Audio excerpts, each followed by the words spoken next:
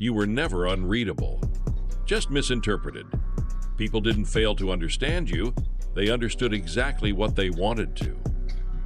They saw your silence as distance, your kindness as weakness, your overthinking as hesitation.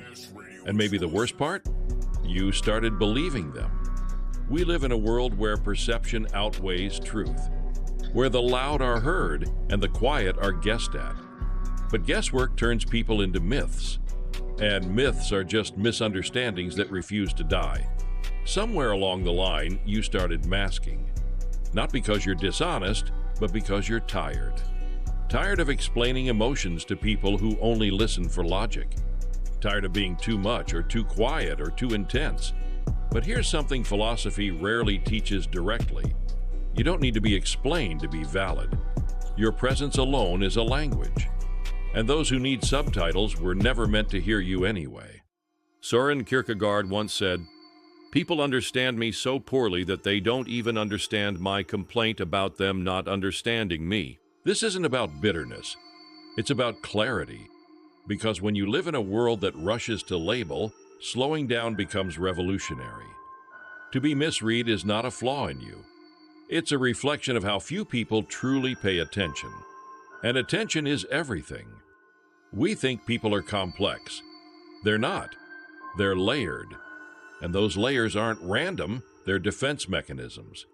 Every joke hides a bruise, every brag conceals a crack, every silence masks a scream. Reading people isn't about intellect, it's about presence. But the truth is, most people don't want to be understood. They want to be accepted without revealing what they need to be accepted for. So they become performances. And the longer you perform, the harder it becomes to remember the lines were never yours to begin with. Philosophy warns us not to trust appearances. Heraclitus said, "Character is destiny." But in modern times, performance is identity. Everyone's curating, not just online, but in real life. Curating confidence, curating openness, curating authenticity. You meet someone for 5 minutes, and you're meeting their defense strategy, not their soul. But people slip. They say, "I'm fine," too fast. They smile too wide. They talk too much or go silent too quickly. And in that moment, you see it. The fracture, the fear, the contradiction that tells the truth louder than any confession ever could. That's the real reading. Not the words, the dissonance. Not the logic, the leak. Here's the paradox. The people who read others best are the ones who once had to read to survive. They learned to spot danger in tone, to detect lies in rhythm, to find stability in micro-expressions.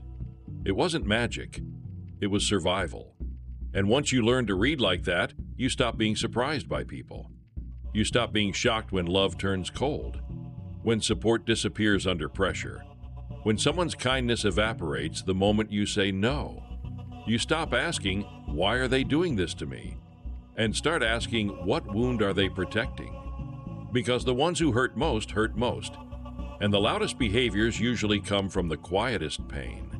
It's not about excusing them. It's about disentangling yourself from their projections. When someone doesn't see you clearly, it's often because you reflect a part of them they haven't faced. Your depth reminds them of their numbness. Your honesty threatens their mask. Your stability unsettles their chaos. And so they misread you on purpose. Because understanding you would mean facing themselves. Here's what the great minds already knew. The mask is louder than the face. Anger is often unresolved, sadness in disguise. Indifference is a learned defense, not a personality. Real strength is quiet because it doesn't need to shout. What we fear in others lives in us. People mirror what they lack. Charm without consistency is manipulation. The need to be seen is primal. Don't shame it. Honesty without awareness is cruelty. Most questions aren't for answers. They're bids for connection. Pain makes patterns. Patterns make people. Beliefs are biographies written in emotional ink. Distance is often protection, not rejection. The body keeps score always. Consistency reveals more than charisma. Most people aren't hiding, they're just exhausted.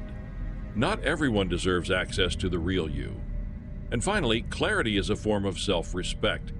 Because once you learn to read people for who they are, not who they pretend to be, you start making peace with who you are. You stop shrinking to fit their comfort. You stop rewriting yourself to avoid misinterpretation. You stop bleeding emotionally just to be palatable. You realize being misunderstood is painful, but being misrepresented to be accepted is worse. So you breathe. You stop chasing clarity from the unclear. You start choosing people who meet you at your depth, not just your surface. And most importantly, you become the person who no longer needs to be read, because you're already seen by yourself. And that is the beginning of real freedom.